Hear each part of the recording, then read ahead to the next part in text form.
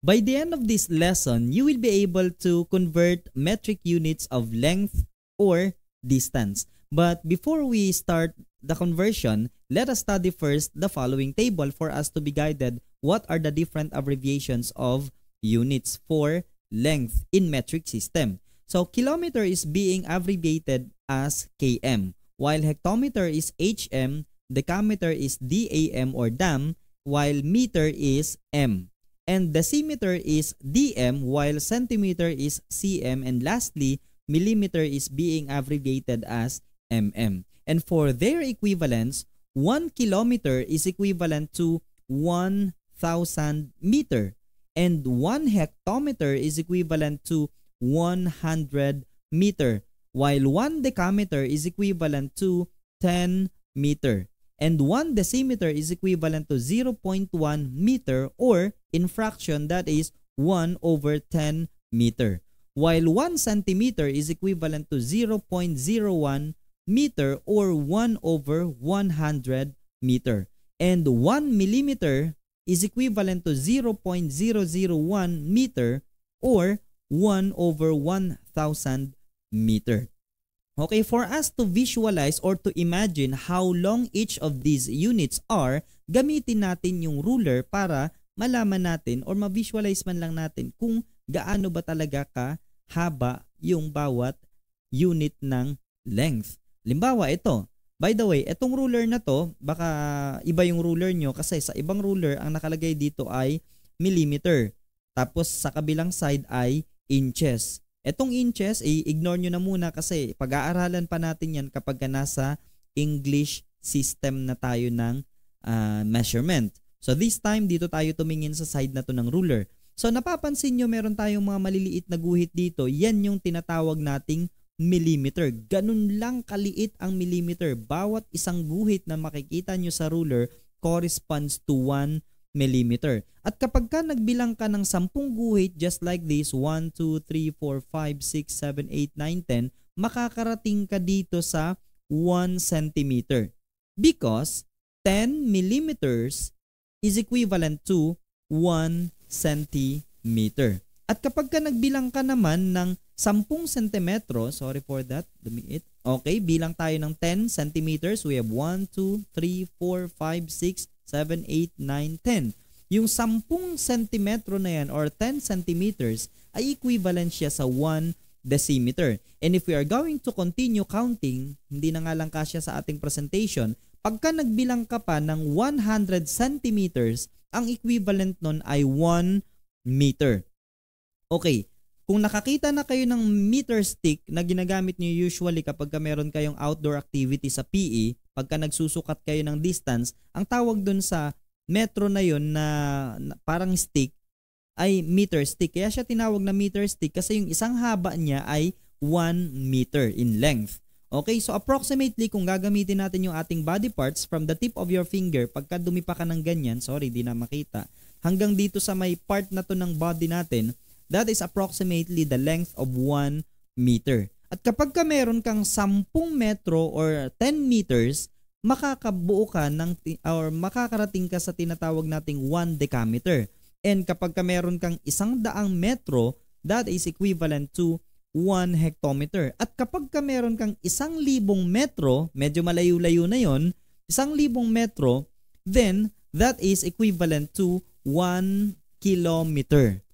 Okay? Kaya nga sa prefix na ginagamit natin, kilo means 1,000, hecto means 100, then deca means 10, and deci means 1 over 10, centi means 1 over 100, milli means 1 over 1,000. In this context of measurement. So yan yung mga ibig sabihin ng mga prefix na yan.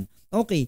So, para hindi tayo mahirapan, paano natin i-convert yung different units of length in metric system sa halip na mag-multiply tayo by 10, by 100, by 1,000, or mag-divide by 10, divide by 100, divide by 1,000 to convert different units. Instead of doing that, ang gagawin natin ngayon ay gagamit tayo ng tinatawag na conversion line.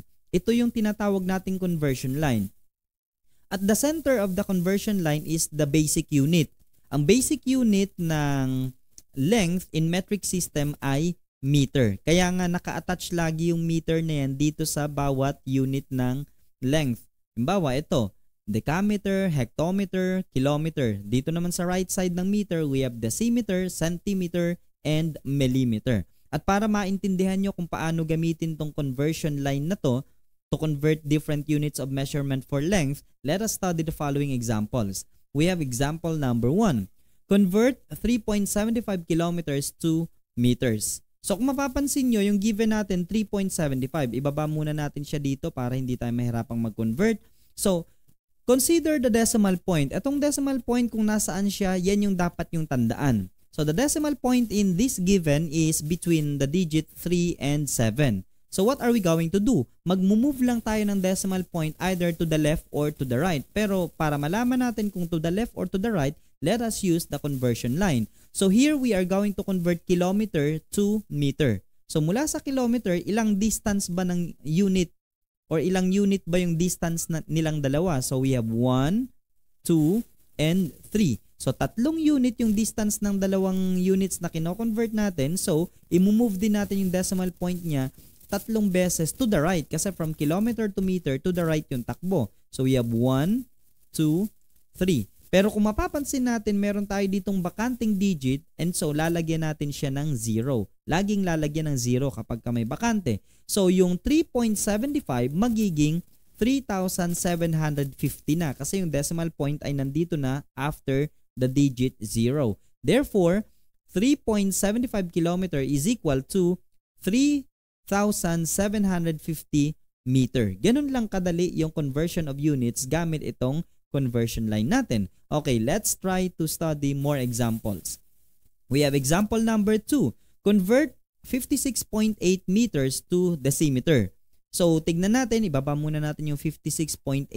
Nasaan ba yung meter? Andito. Then decimeter, i-convert daw natin yung meter to decimeter. So, 1 unit lang yung distance nila. So, this is 1. So, 1 unit to the right. So, 1 unit to the right din yung movement ng ating decimal point. So, it becomes 1. So, sa halip na nasa gitna ng 6 and 8 yung decimal point, mapupunta na siya sa may after na digit na 8. Kaya, yung 56.8 na yan, magiging 568 na siya. And then, instead na meter, magiging decimeter na siya. So, therefore, 56.8 meter is equivalent to 568 decimeter. Okay, let's try another example. We have convert 920.5 centimeters to meters. So again, kopyahin muna natin yung given para hindi tayo mahirapang mag-move ng decimal point. So 920.5. Again, centimeter ang i-convert into meters. Asan ba yung centimeter? Ito. Nasaan yung meter? Nandito. So ilang unit kaya yung distance? We have 1, 2. To the left. 2 units to the left and so the decimal point will be moved 2 units to the left also. So that is 1 and 2. Therefore, mapupunta na yung decimal point natin sa gitna ng 9 and 2. So yung sagot natin ay magiging 9.205 meter. Again, 920.5 centimeter is equivalent to 9.205 meter. Nandito na kasi yung decimal point after we move twice to the left. Kasi dito from centimeter, we move twice to the left also. We have 1 and 2. So here we have 1 and 2 also. Kaya naging 9.205 meter yung sagot natin. Okay, let's try another example. We have convert 0.052 meter to millimeters. Okay, kopyahin natin yung given numbers. So, meter. Andito yung meter, i-convert into millimeters. So, ilang units kaya yung distance nila? We have 1, 2, and 3 to the right. So, ganun din gawin natin sa decimal. We have 1, 2, 3 to the right. So, sa makatuwid, yung decimal point natin ay nandito na after the digit 2. So, ang mangyayari ngayon, buburahin na lang natin yung 0 kasi yung 0 dun sa unahan ng whole number ay hindi naman na kailangang isulat. Therefore, 0.052 meter is equivalent to 52 millimeter. Ganun lang siya kasimple. Again, tinanggal na natin yung dalawang 0 dito kasi kapag whole number na yung sagot natin, kailangan wala ng 0 doon sa left side nila. Okay? So, example number Convert 38,600 decimeters to kilometers. Nasaan ba yung decimeter natin? Ito. Iko-convert siya into kilometer. So, ilang units ang bibilangin natin? We have, by the way, kopyahin muna natin yung digit or given number natin. So, from decimeter to kilometer, we have 1, 2, 3, 4 to the left. So, nasan ba yung decimal point ng 38,600? Wala kaming nakikitang decimal point. Huwag nyo sanang ma-misinterpret ha. Ito ay hindi decimal point. That is a comma. Separator yan every 3 digit. Okay, yung decimal point, pag wala tayong nakitang decimal point sa number, lalo na sa mga whole number, it means that the decimal point is after the last digit. Ano ba yung last digit natin dito? Itong 0. So, wala man tayong makitang decimal point, nandyan yung decimal point sa part na yan, dito sa part na to. So, ilang unit nga yung movement natin? We have 1, 2, 3, 4. 4 units to the left. So, the decimal point will be transferred here. We have 1, 2, 3, 4. So, the decimal point or the new location of the decimal point is between the digits 3 and 8. Kaya magiging 3.86 na lang siya. Therefore, 38,600 decimeter is equivalent to 3.86 kilometer. Baka may magtanong sa inyo, Sir, nasan yung dalawang zero? Bakit wala na dito sa sagot natin? You can omit the zeros at the decimal part. Yung pinakadulo, yung nasa kanan na zero, sa decimal part, pwede na nating tanggalin yun kasi wala namang mababago sa value if we're going to add zeros on the right side of the decimal place. Magiging equal pa rin siya kapag nilagay natin 3.8600 is equivalent also doon sa 3.86 lang. Kaya, no need to write the two zeros at the right side of the decimal part of any number. Okay, so again, 38,600 decimeter is equivalent to 3.86 kilometer. Okay, next, we have convert 4.28 hectometers to centimeters. Bring down lang natin yung given number natin, so 4.28. Nasaan ba yung hectometer na i-convert natin into centimeter? Ito siya, hectometer to centimeter. So, ilang units yung distance nila? We have 1, 2, 3, 4 units to the right. So, nasan yung decimal point? Nandito, we have 1, 2, 3, 4. 4 units din siya to the right, yung takbo niya. And again, meron tayong makikita ditong mga bakanting spaces and we are going to write additional zeros for that and another zero here. Kaya ang mangyayari ngayon, that 4.28 hectometers becomes 42,800 na. Kasi nandito na yung decimal point natin after nating nilipat. So again, 4.28 hectometer is equivalent to 42,800 centimeter. Okay, next. Example number 7. Convert 0.0023 kilometers to millimeters.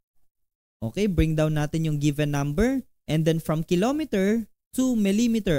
Layo, dulo-dulo. So, ilang units kaya yon? We have 1, 2, 3, 4, 5, and 6. 6 units to the right. So, nasan ba yung decimal point? Andito. So, bilang tayo ng 6 units to the right. We have 1, 2, 3, 4, 5, and 6. Meron na namang dalawang bakante dito. So, lalagyan natin siya ng zeros. So, here we have 0 and another 0. And then, again, meron tayong, nandito na yung decimal point natin eh. Ibig sabihin, whole number magiging sagot natin. And so, tatanggalin na natin yung mga naunang zeros dito sa naunang given. So, it becomes 0.0023 kilometer is equivalent to 2,300 millimeter. Again, wala na yung dalawang zero sa unahan ng 2. Bakit? Kasi naging whole number na yung sagot natin. In fact, from 0.0023 naging 2,300 millimeter na siya. Okay? So, let me give you one more example before we end up.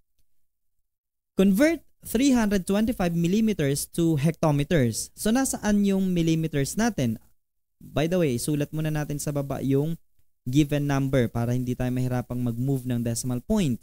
So, 325. So, millimeters to hectometers, malayo rin yung distance. So, Let us count the units. We have 1, 2, 3, 4, 5. 5 units to the left. Again, 5 units to the left yung tinakbo natin dito sa conversion line. So, ganun din yung gagawin natin dito sa given number. So, again, wala tayong nakikitang decimal point dito sa ating given, but it is understood na kapag walang decimal point na nakikita, yung decimal point ay after the last digit. Yung last digit natin ay 5, so the decimal point is located here. Okay, so bilang tayo, ilang units daw yon? 5 units to the left. So we have 1, 2, 3, 4, 5. So the decimal point, I mean, lagyan muna natin to dito ng zeros kasi meron na namang bakanting space. So that is 0 and another 0. Ibig sabihin, 0.00325 yung sagot natin. So, 325 millimeter is equivalent to 0.00325 hectometer. But it is very awkward kung yung number ay magsisimula sa point. So, by convention, lalagyan natin siya ng 0 dito. Ayan, lagyan lang natin siya ng 0 para naman hindi pangitignan. So, 0.00325 hectometer is the equivalent of 325 millimeter. As easy as that. Ganun lang kadali gamitin ang ating conversion line when we convert units of measurement in metric system. Ganun lang kadali si metric system. Ganun din ang gagawin natin sa mga susunod na video if we talk about units or metric units for mass or weight, o di kaya naman metric units for volume or capacity. Okay, pero this time, let us end up this lesson and try your understanding by answering these following questions. Convert the following units of measurement as indicated. So we have 0.55 kilometer to be converted into meter, 1.3 meter to be converted into millimeter, 9 decameter is to be converted into centimeter, and so on. Okay, if you are able to answer all of these correctly, then I can say that you are near to mastery. Ang problemahin nyo na lang ay yung problem solving in word problems. Okay, thank you so much for listening and I hope you learned something from this lesson. Have a nice day.